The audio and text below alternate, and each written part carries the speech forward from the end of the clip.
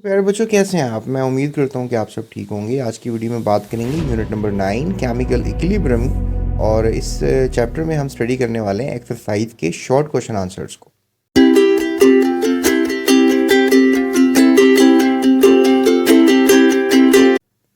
तो बच्चों, अगर हम एक्सरसाइज की तरफ देखें तो बहुत से शॉर्ट क्वेश्चन आंसर्स नज़र आ रहे हैं।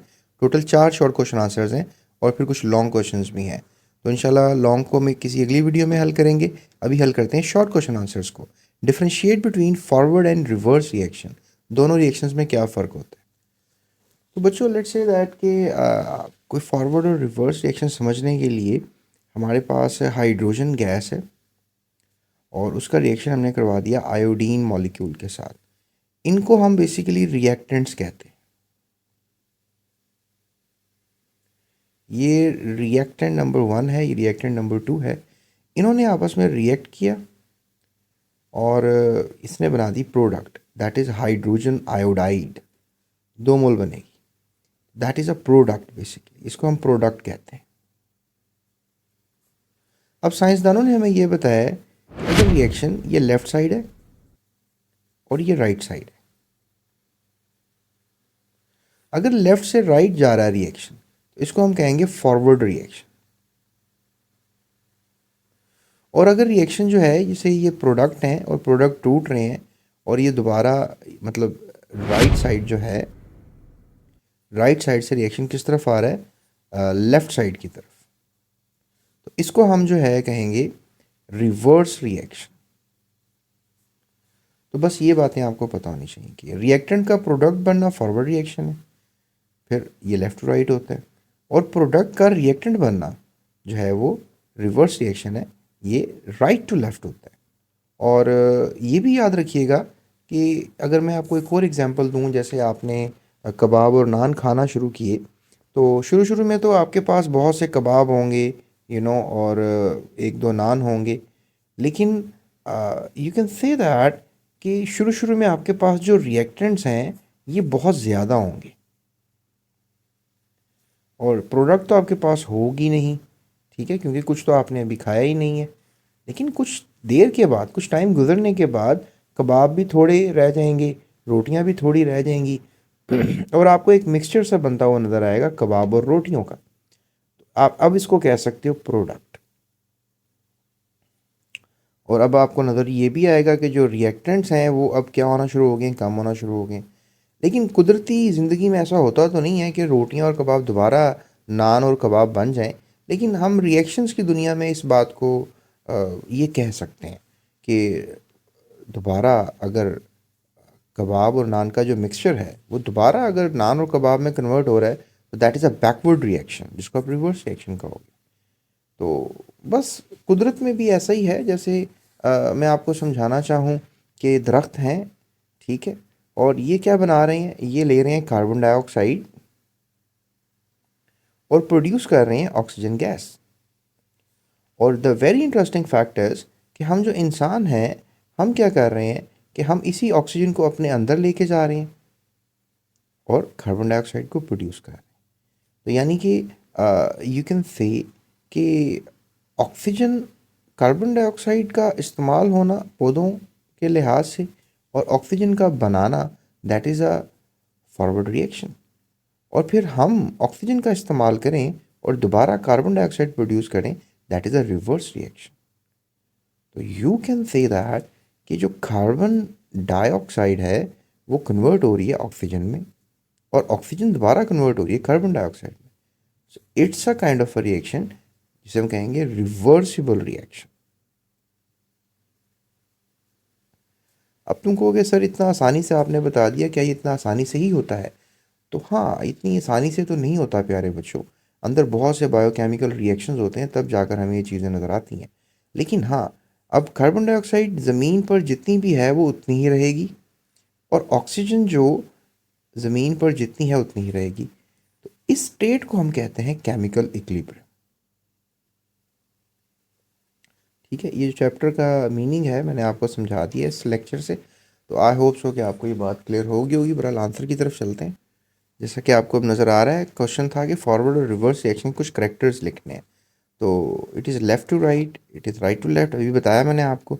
Reactants produce products and product produce reactants and rate is fastest. शुरू शुरू में आपको पता है नान कबाब बड़ी तेज़ी से खाए जा रहे होते हैं। अब प्रोडक्ट चूँकि होती नहीं है तो फिर शुरू शुरू में तो ये रिएक्शन बहुत स्लो होता है, लेकिन हाँ ये स्पीड डाउन हो रहा होता है और ये स्पीड अप हो रहा होता है। ये एक बहुत बड़ी साइंस है जो आपको पता होनी चाहिए।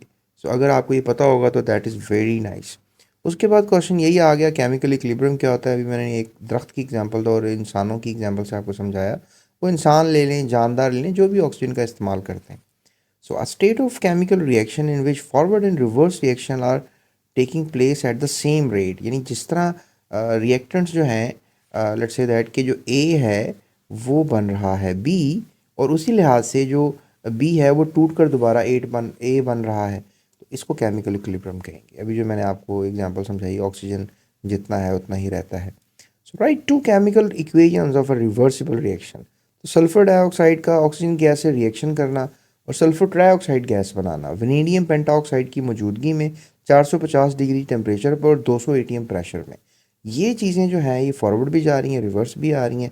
इसको फॉरवर्ड एंड रिवर्स रिएक्शन आप कह सकते हैं। ठीक है, ये दोनों कंडीशन है कि ये रिएक्टेंट्स प्रोडक्ट्स बन रहे हैं और जो प्रोडक्ट्स हैं वो रिएक्टेंट्स बन रहे हैं। उसके बाद अगर आप कहें सर एक और मिसाल से इस बात को समझा दें, तो नाइट्रोजन हाइड्रोजन गैस का आपस में रिएक्ट करना और अमोनिया का बनना, इसमें भी रिएक्टेंट्स रिएक्ट करके अमोनिया प्रोडक्ट बना रहे हैं और प्रोडक्ट जो है वो दोबारा रिएक्टेंट बना रही है।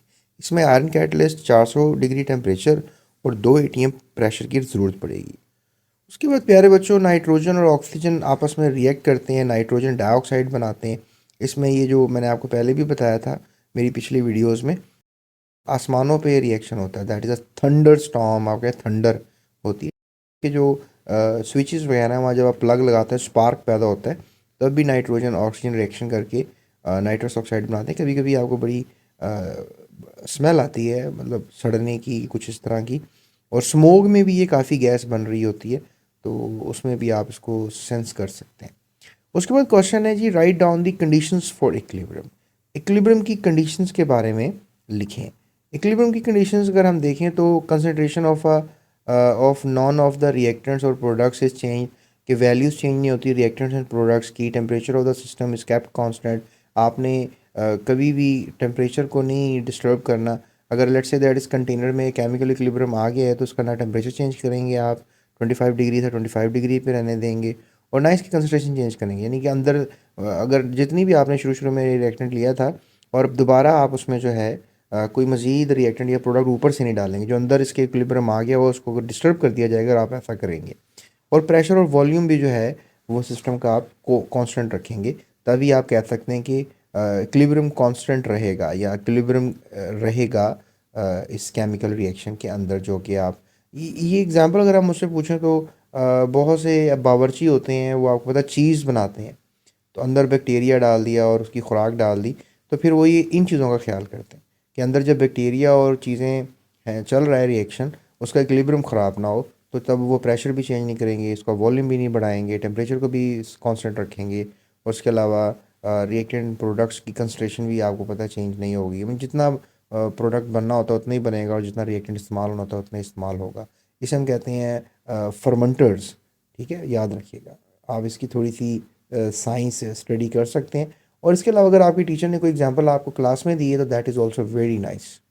तो बच्चों ये थे 4 क्वेश्चंस आपके इस चैप्टर के जो मैंने आपको हल करवा दिए। अब हम लॉन्ग क्वेश्चंस की तरफ चलते हैं, लेकिन वो चलेंगे नेक्स्ट वीडियो में। डिस्क्रिप्शन में लिंक है, और अगर आप नोट्स को बाय करना चाहते हैं तमाम एक एक्सरसाइज के और अंदर की, तो आप दिए गए नंबर पर जो है वो रब्ता कर सकते हैं। डिस्क्रिप्शन में भी नंबर मौजूद है। इसके अलावा चैनल को सब्सक्राइब करें और अपना ख्याल रखें। अल्लाह हाफ़िज़। Thank you for watching. GS Academy.